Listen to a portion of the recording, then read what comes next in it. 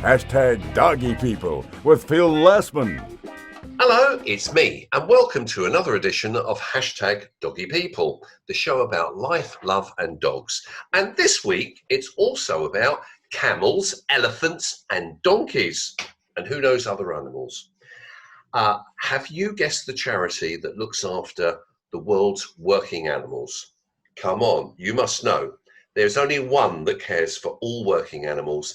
It is the incredible SPANA Charity. So please give a warm welcome to the Director of Services, Dr Ben Sturgeon. Thank you, Phil. Thank you, Phil. Appreciate it. Hello, Ben. Dr. Hello. Ben. Dr. Hello. Ben, good morning and welcome to Hashtag Doggy People. Thanks for joining us today. Hello, lovely to meet you. Now, Ben, I'd like to start by asking you, when you were a little boy, did you ever realise that one day you'd be heading up the largest and most respected working animal charity in the world? Not a clue, Phil, I have to say, not a clue. I think I grew up on a farm, I have to say, so I had very, early interactions with animals, and I always knew that I wanted to work with animals in the future, and that's why originally I became a vet, simple as that.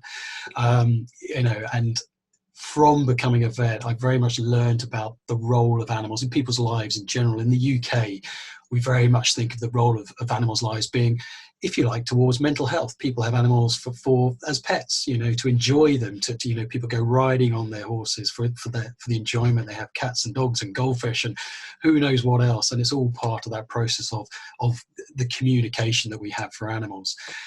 And that very much instilled in me that kind of idea of, animals are just more than commodities. And that's, I think, what led me down to the identification, which in this country has slowly disappeared, that animals are more than that for millions of people worldwide. We know, for example, when we're talking about my charity, SPANA, the Society for Protection of Animals Abroad, that there are about 250 million working animals that directly support up to about 1 billion people in the world. And that isn't as pets, that is as working animals, where without these working animals, people will be in a far worse position than they already are, simple as that. So I think, to answer your first question, I had no idea where I would end up, and I'm very thankful for where I am right now. So, how did you first become involved with SPANA? I first came involved in SPANA. I volunteered, is the honest answer to that. I was a horse vet, a specialist horse vet in the north of England and in Scotland as well. And I volunteered. I think, at the time I was just looking to feed back my abilities and my knowledge and my experience in a greater way. I think, without sounding derogatory to UK horse owners or to horse vets within the UK, of the millions of working animals, and if we're thinking about horses at this point in time, 99% of those horses and donkeys that are working, most of them, they see less than 1% of vets globally. So actually, the horses and donkeys in this country are extremely lucky. And I fully recognize that, and actually wanted then to put some of my skills and knowledge towards these other animals, which otherwise have absolutely no veterinary care whatsoever in their lives. So for me, it was volunteering to start with. I first started in Botswana, assisting with the setup of a project within that country, and I volunteered. Then I think, if you like, I gave up my holidays every year for about 3 years until luckily a position arose in SPANA, and I applied for it and thankfully started from there. Did you have to have an interview for that? Did you have to sort of go along and take absolutely. out a donkey's tooth or something during the interview? We just have to have this donkey. Can you please extract that molar? There was a little bit of that. I think I was surreptitiously assessed in some of the teaching that I'd given to SPANA, which was practical and theoretical. So there was a little bit behind the scenes, but it was more of a fairly standard interview that most of us will experience nowadays. So the role that I understand that you occupy at the moment is Director of Services, and yes. That's pretty much at the top of the charity. Is that right, Ben? It's high up, yeah. I look after multiple different areas. When we say services, what that means is we oversee the delivery of veterinary projects in country. We also oversee the delivery of education projects. We oversee community training, we oversee advocacy actions, and we also oversee emergency actions. So we have a multiplicity of projects and activities that we oversee. effectively what we're trying to do in this department and what I'm overseeing is delivering the key tenet of what SPANA's tried to deliver over the last 100 years, which is what we call the 3 T's, which is treat, train and teach. So we try and treat animals, we try and train people who are involved in those animals, and we try and teach children and young people to develop.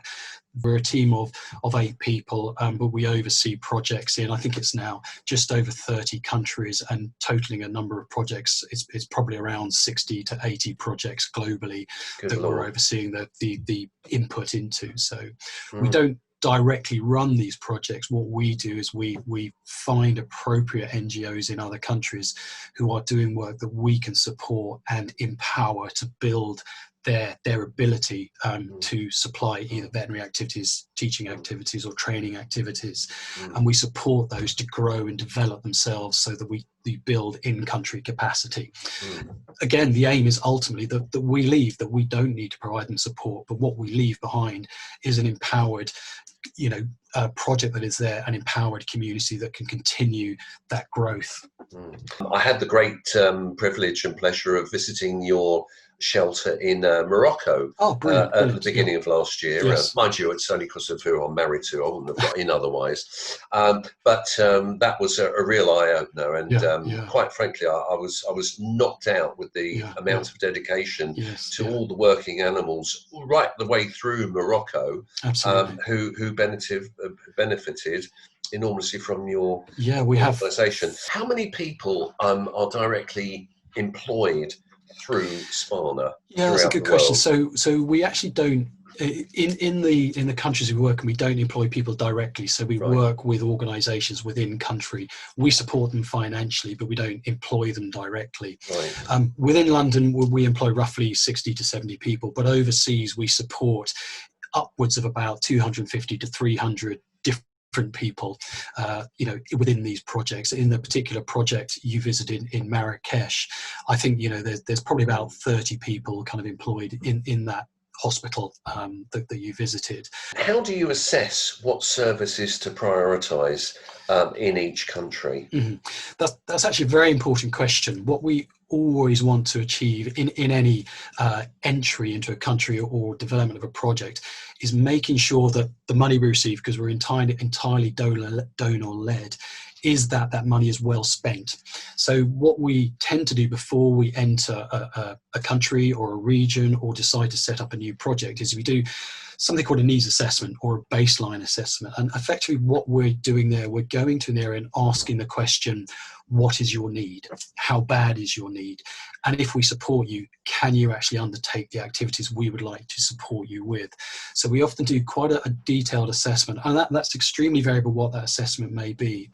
So for example, for a veterinary project, we would visit an area, we would assess the welfare needs of the animals, the numbers of animals, the ability to do such things as actually buy and supply drugs, the ability of the people there who we would support to actually administer those drugs in a safe fashion and actually provide proper treatment. So we assess a number of those kind of items, as well as looking at things like poverty indexes, access to social services, for example, human care, healthcare, what the average wage is for those people. So we do, if you like, a 360 review of an area to ensure that when we do go in, it is truly an area of need, so that when we are actually spending people's money, it is properly going to areas of need. And I say it sounds almost quite dull to do that, but it's really, really important to get that baseline assessment to make sure that when you go in, you are actually going to have an impact. You don't want to go into an area where actually the need isn't very high. There's already quite good services available to people. You're effectively not exactly wasting people's money, but you're not creating the biggest impact you can possibly achieve with a donor's money.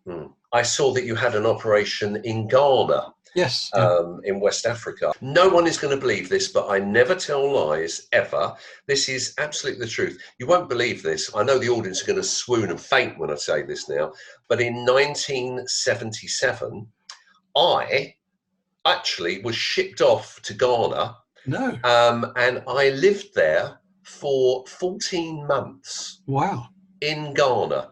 And it wasn't to do with animals. I was actually there project managing. I was sent there because of ladies' knickers. I was project managing the construction of two ladies' underwear manufacturing plants. On my first night there, my hosts said, "We've got a wonderful dinner for you tonight, Phil." I will never forget it till my dying day. They brought in a capybara. No. And I had never seen a capybara, Yeah. and I've still got nightmares from it to this day. And that's, ladies and gentlemen, is when I said, "You know what? I'm vegan." and and I'd lived on salads for the rest of the year. I went out there about sort of 15 stone, came back at 6 stone. How many working animals does SPANA help each year? Animals, we treated just under 500,000 last year. We reached a lot more, and when I mean reached, what we provided in the community training sessions that we do, in a lot of the engagements. So we also do emergency actions, for example, providing water in drought situations, providing feeding in emergency situations, providing community training that upskills local people in developing things such as harnessing, proper foot care, those kind of things. So we physically treated about 500,000, but in reaching those animals through those other modalities, almost certainly we reached about 1 million animals. Why are working animals so important to the world's, should we say, poorest communities? Yeah. Well, I think, we can probably link it back to Britain, probably, let's say 50, 60 years ago, we had working animals in this country. We had pit ponies, we had, Clydesdale horses pulling ploughs, and, we still think, I suppose I'm just trying to think of the beer the beer producers who actually still have their big Clydesdale horses and pull their beer barrels around. It was common to see working animals in the streets. I'm thinking of Only Fools and Horses, those kind of things, and those kind of shows years ago where there's a strong element of working animals there. And I think possibly some of our older listeners on your show, and I'd include myself in that. Yeah, well, my family, their origins came from hop farms, and there are pictures of them with their animals collecting hops. So it was part of our culture as well at some point, and we've moved on obviously with industrialization. In working in developmental countries, people very much rely on animals. They don't have the infrastructure we absolutely take for granted. For example, Mauritania, there is the capital city there, a city called Nouakchott. It's a city of about 1 million people. It was originally only designed for about 100,000 people, and they had no piped water whatsoever in that city. So water is delivered to central big water towers for people to come and collect, and the working animals there effectively are the taxis and the trucks that go and collect the water, take it to people, collect refuse, bring it back. And that's in a city environment, in an urban environment. In more rural environments, animals again are the tractors of what we expect today. They plough fields, they collect produce, they take it to market, they still visit rivers to collect water for the family cooking pot, they collect firewood for the fires. They are vital just to the simple subsistence of people globally. We know that when for example, people are have to leave countries because of war, climate change, etc., they tend to evolve again because of the ability and access to have a working animal. So refugees, for example, a working animal enables them to transport themselves, their goods, and then start work, access markets, etc., to again become established, to gain social status, to start developing an income. So there's lots of kind of different aspects that come off the back of these working animals, all kinds of different things that they contribute to. What are the main issues affecting working animals, and to do with their welfare? Yes, we've studied this, and we know on average a working animal does a minimum of 6 hours a day, every day. That's 365 days a year. So they work harder than us. Basically, they don't have a holiday. They work in extreme environments. They do physical work. So we see a lot of direct injury because of the environments they work in, whether that's injury from the surfaces they're on. For example, camels that work in a very industrious kind of environment. They carry bricks, they go to building sites to enable development, and actually just, their feet are designed to walk on sand, but they're working on building materials. So we see a lot of injuries to the feet of camels. In the horses and donkeys that are effectively used as taxis and trucks, they quite literally pull carts behind them. And because of that, they suffer injuries where the harnesses are attaching to their bodies. Because of the absence of general underlying veterinary care within these countries, they also suffer from endemic disease. And that's everything from internal parasitism, external parasitism. They suffer from viruses and infections that in this country are less significant because we have vaccination programs, we have annual care for the types of animals there. So we see a whole gamut of diseases that cross from their working environment to the fact that they don't have that underlying veterinary infrastructure that will support these animals long term. How does the life of a vet in a developing country differ to someone like yourself who's here in the UK? You don't supply them with a helicopter or anything, do you? I mean, no, not at all. They don't have their own helicopters to get from one part of the country to the next. It'd be lovely. Yeah, no, we supply. Because they're very important people, vets. Oh, for sure. Yeah, absolutely. It would be lovely. No, what we do supply motorbikes, we do supply vehicles, we supply trucks and trailers to bring the animals around. You do all of that. You do supply that. Absolutely, wow. Yes. So, cool. So and again, it's to enable them to access these communities, and often they're very remote, as you can imagine. Even in Morocco, if you go to the Imlil Mountains where we work, to get there, that there are no easy roads to get there. So we have to supply 4x4 vehicles and things like that. But how the life differs, I think probably the first thing to remember is the education for vets as well as other professions within often these developmental countries isn't as strong as in the UK. So often the vets aren't prepared for what they're going to experience when they actually leave the various universities. For example, a veterinary curriculum that is based on the care of horses or camels or elephants is actually very poor because there is very little emphasis on those species in those countries. The emphasis tends to be on production animals, and what I mean by that is cattle, sheep, goats, these kind of things. So the vets are relatively well prepared for diseases affecting those particular species because the countries recognize the value of those species. So you will see export of beef, for example, from Botswana, leather products, these kind of things, and actually that contributes directly to a country's GDP. So there is systems in place to assist those animals, but the working animals that we're dealing with, there is very little in place to actually support vets looking after these animals. What we are doing firstly is actually upskilling them. We tend to supply them with a lot of education, we supply them with practical resources, we provide ongoing training for them to develop their skills. On a day-to-day basis, actually the vets we work with, they drive out, for example, let's think about Zimbabwe. What they tend to do is leave Harare, the capital city, and they will drive out to the communities and spend 2 weeks in various communities. And they're 250, 300 kilometers away from the main center in Harare.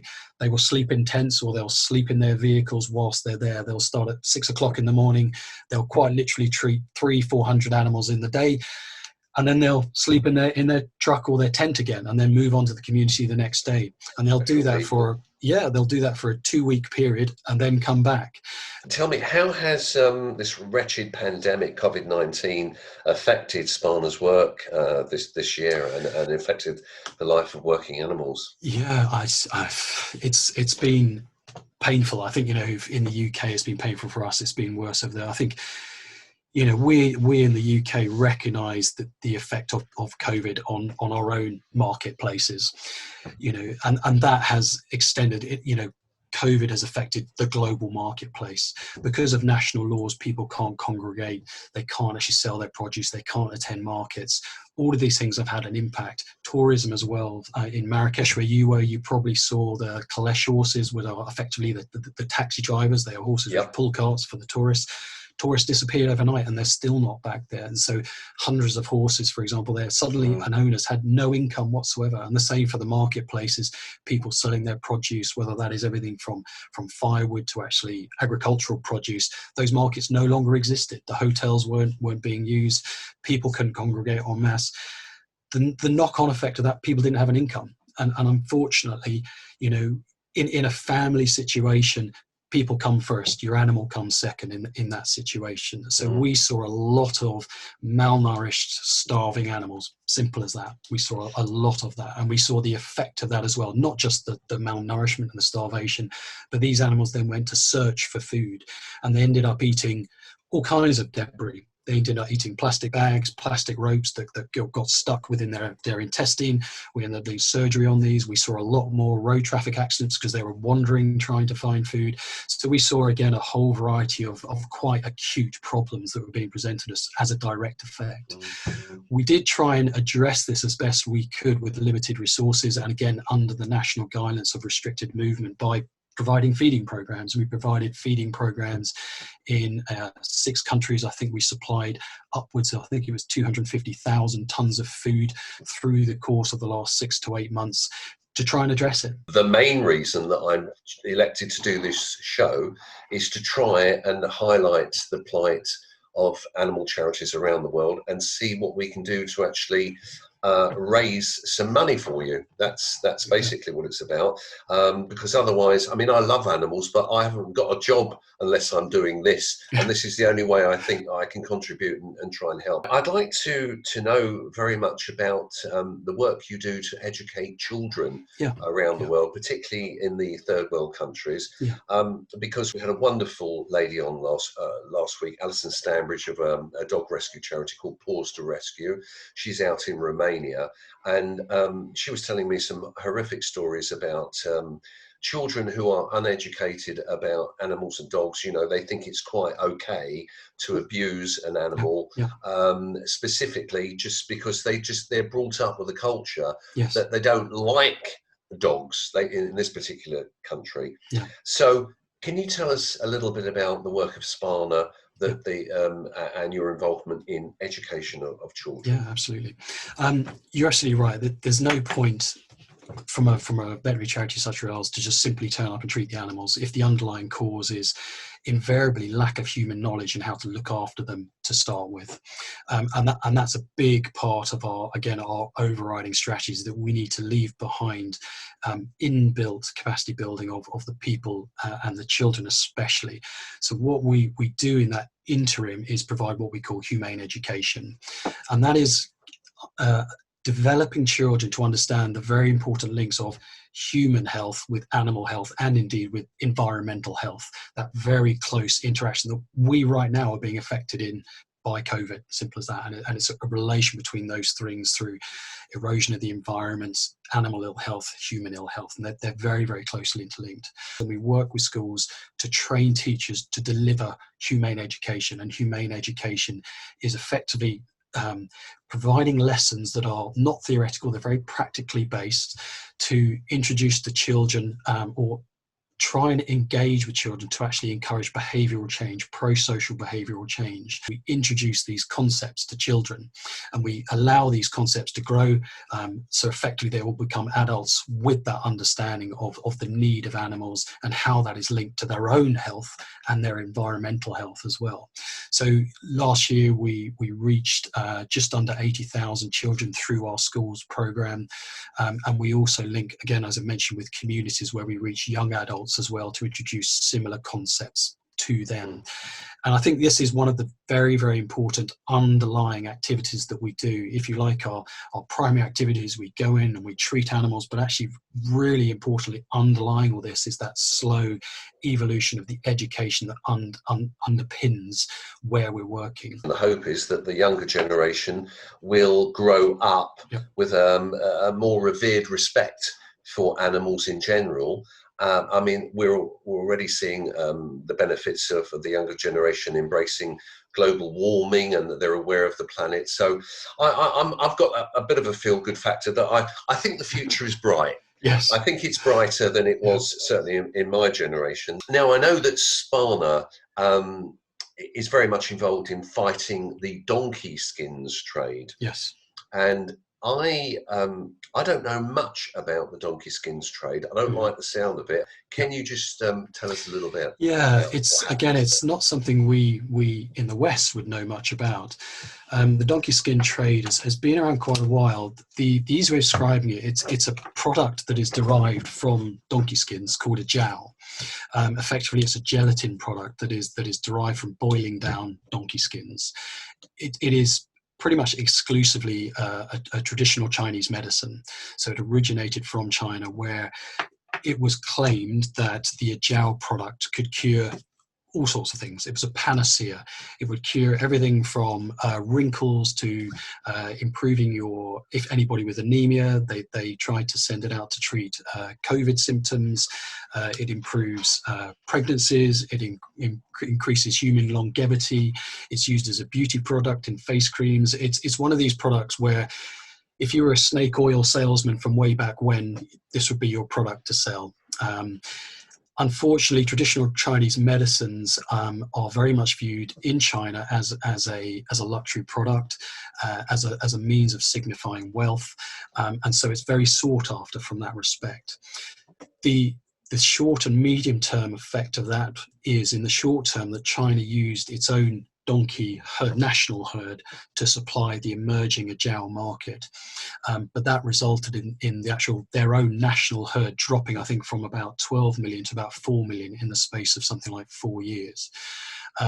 The knock-on effect of that was the demand was so great that they outsourced it to many countries, and largely it has been to Africa and also to Latin America as well as a few other countries. Animals were stolen, they were shipped across borders, they were killed without due respect, effectively just slaughtered, on the side of the road without any care whatsoever.